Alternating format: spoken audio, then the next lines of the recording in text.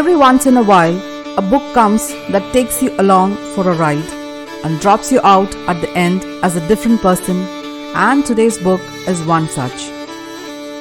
Once, in a village, there was a goat. No one knew where she was born. The birth of an ordinary life never leaves a trace, does it? Can a goat narrate its story? If so, what would it say?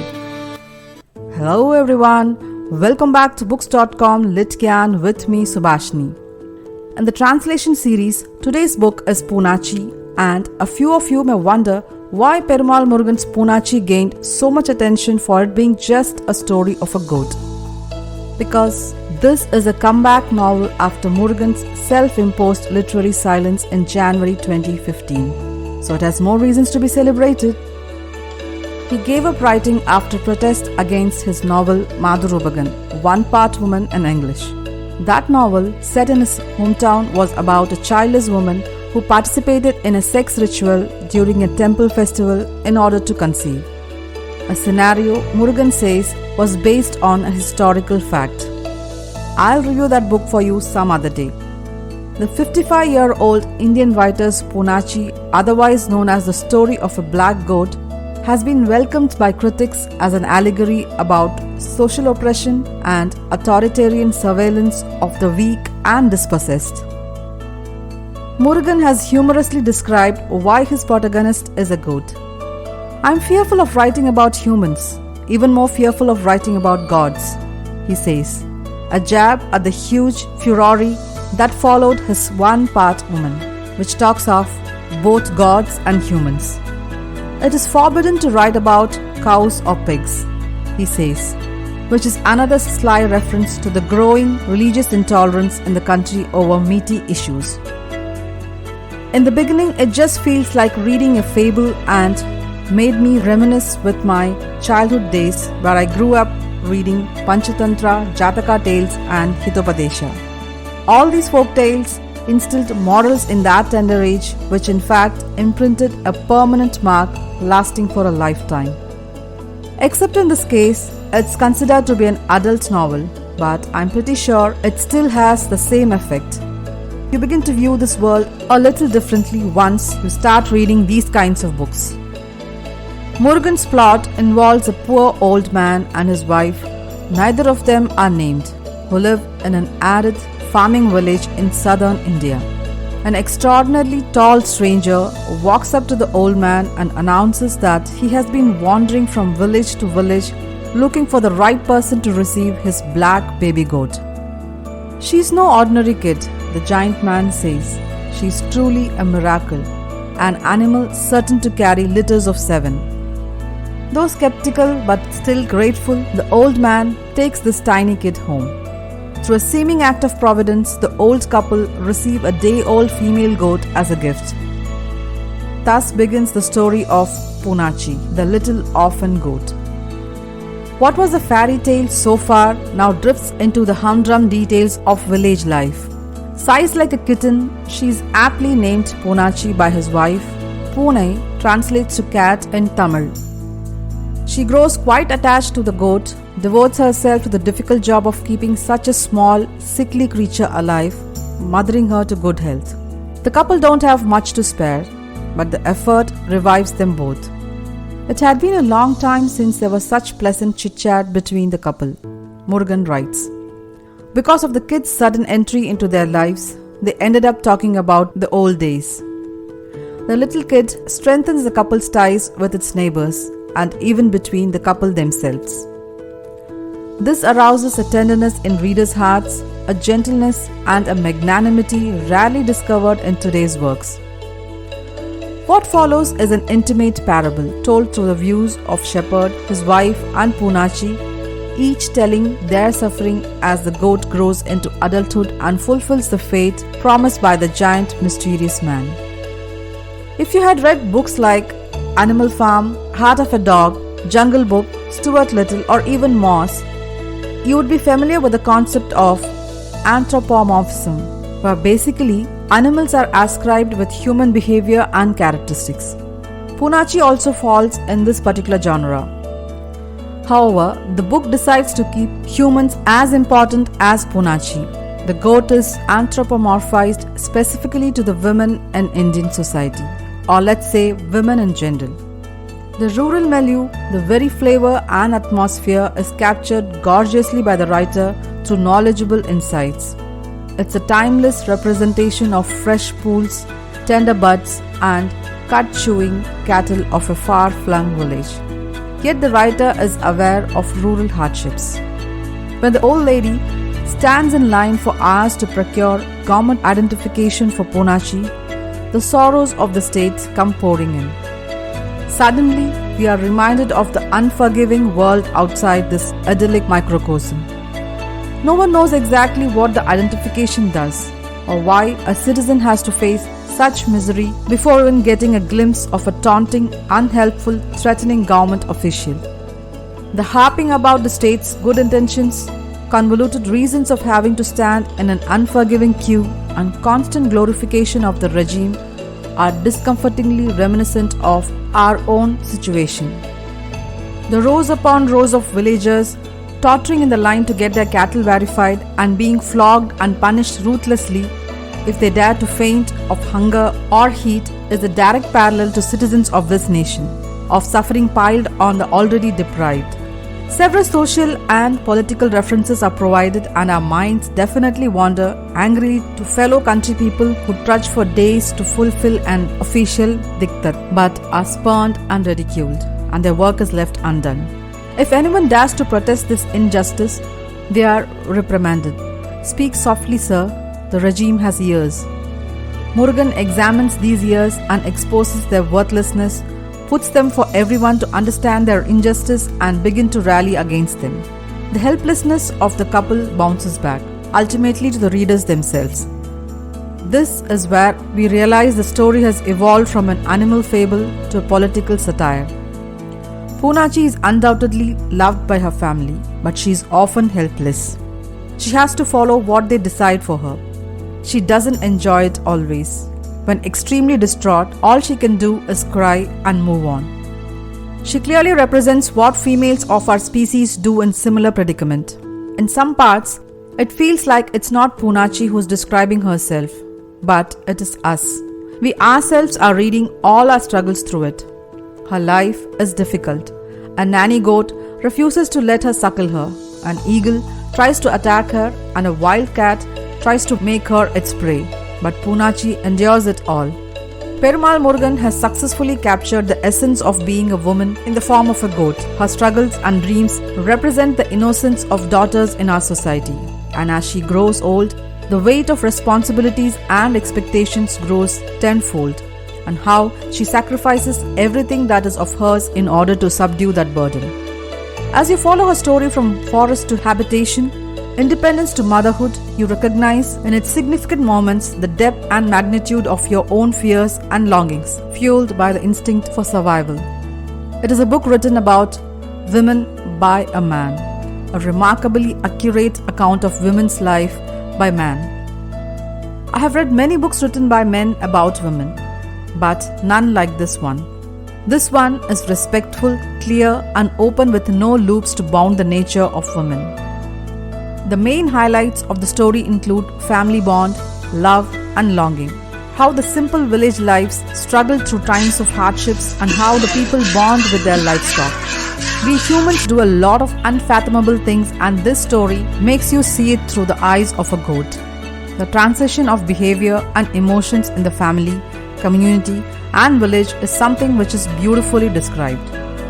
There is a very prominent, recurring, and touching theme throughout the book. Something we see and witness every day, without ever really sparing a thought. The plot is exceptionally well written and equally smoothly translated. Simple language, funny at instances, and you sail through it, wanting to delve further into the life of this little, inquisitive, intelligent, and precious goat. Poonachi savors the variety of flavors each plant offers, and is pleasantly surprised by the pungent treat of an onion. She enjoys the comfortable familiarity of her playmates Uthan and Ulumban, two slightly younger goats, she delights in a brief night of freedom in the forest that arouses both wonder and curiosity. Above all, she experiences the ecstasy of encountering Poovan, playful Poovan, whose smell and touch will haunt her dreams. In the past couple of years, Murugan has become a reliable and favorite author, and hence I didn't hesitate to pick this book. His books are always memorable even if they are not the best stories ever told. The narrative is honest, nothing is sugar-coated, and this book jabs your heart at the right places. The human characters aren't named, but the animals have beautiful names. What I loved most about the book was how the emotion of love between animals was written with conviction. Who can forget Poonachi's yearning and love for Poovan?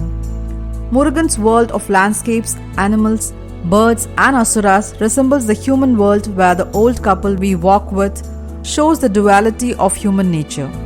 The drought grows as love and affection are replaced with selfishness. This book is not just the emotional journey of Poonachi, but also is a very beautiful satire on society. Some of the events of the book are hard-hitting and leave us in a sullen mood. It is a stirring read reminding us of the goats sacrificed during our festivals. Yes, but this is not a tale seeking sympathy for a goat's assassination. It's a call for innocence and parity, of naivety destroyed by a lecturing society, of a society trapped in nonsensical rules. Coming to his writing style, it is simple and so is the theme. Beginners can easily go for it. Murugan's prose style is elegant and modern even when he is describing the life of a subaltern community.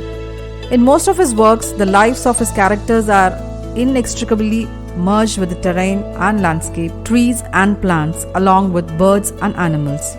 Poonachi is differently imagined story composed using the same elements.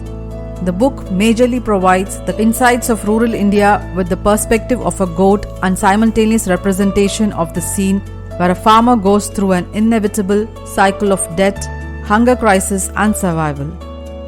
It is also a blend of all the uncanny ways human civilization have adapted to function since eons to the present and the emotions of an innocent animal who undergoes exploitation by human beings for their own good. Having read his novels, I did not find this path difficult. Masterly nuanced, Murugan's tale forces us to reflect on our own responses to hierarchy and ownership, selflessness and appetite, love and desire, living and dying. The goat carries the burden of being different all her life. One of the best lines that describes this is, "None of the sheep had their neck and forelegs bound together with a rope. That was only done to the proud goats, who were forced to look at the ground as they walked. Goats always try to break free of their shackles. If it was in your nature to bow down, why would anyone shackle you?" It is equally an expression of solidarity with the animal world and the female condition. The tale is also a commentary on our times, on the choices we make as a society and a nation, and the increasing vulnerability of individuals, particularly writers and artists who resist when they are pressed to submit. At the Jaipur Literature Festival, Perumal Murugan was questioned, "A large populace reads your work only as translations. Don't you think this creates a loss of your original text?" To this, Murugan answered, "Barely a quarter of the ideas in my head get transferred to paper as I write." So, there is a kind of loss inherent in the very act of writing. Why should it then come as a surprise during translating? N. Kalyanraman has been translating Tamil fiction and poetry into English for the last 2 decades, for which he received the Pudhumaipithan Award in 2017. Some of the fiction writers he made accessible to the Anglophone audience like me include the late Asokamitran, Devi Bharati, Vasanti, Perumal Murugan and Poomani. The story of a goat translated from Tamil by him jumps nimbly from fantasy to realism to parable. How much it resonates with you will depend on the breadth of your sympathies and your interest in adult tales that include the thoughts and feelings of animal characters. Being new to Tamil literature, I would say Kalyanraman did a commendable job with the translation. The translation is spot on, and this should be the gold standard for how translation should work. Some parts did sound a bit funny, but it went well since I hadn't read the original Tamil text. I do understand how difficult it is to get the translation right. He did retain some Tamil words as it is in the book, which kept the original essence intact. There were words he used that couldn't have been replaced whatsoever for better ones. The style and flow of the translation is smooth, pleasant, making it a heartwarming read. It isn't that the language is kept simple.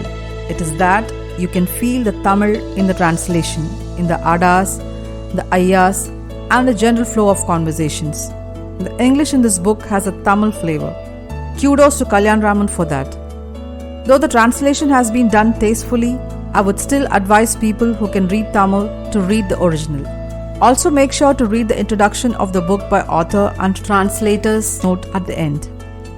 Overall, this is a quick read, only 170 to 192 pages that is able to capture very deep human emotions.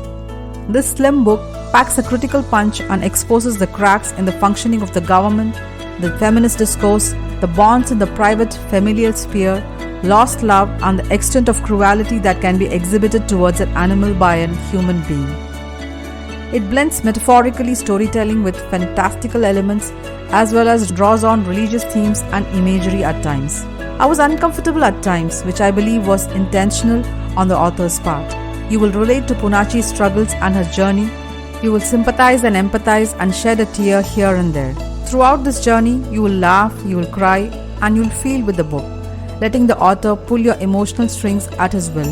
Maybe you will go and hug your pet. I would recommend this book to the fans of fairy tales, fantasy, parables, mystical fiction, speculative fiction, and magical realism. If you want to read a completely different style of storytelling, if you are looking to read works of Indian authors from different states, especially translated works, or if you like books written from an animal's point of view, then this book is for you. What happens when you mix Premchand's masterpiece Godaan and Orwell's Animal Farm in a blender and condense it? A black goat Poonachi is born. But to understand this, you must have read both the above mentioned books. It took me too long to write this review. While preparing this, I couldn't decide what to say and what not to. This is no conventional book you read. This is kind of a book you read once in a while. I have tried my best to do this. Hope that my review does justice to this book and hope you like my review. If you are listening this on Spotify or Apple, please do rate and review our show. This would help us a lot to reach more lovely people like you. And you know where to find me on Facebook, Instagram, and YouTube to share your comments. You can also write to me at books.combysubhashini@gmail.com. Thank you for staying tuned till the end. See you in the next episode of Books.com. Till then, sayonara.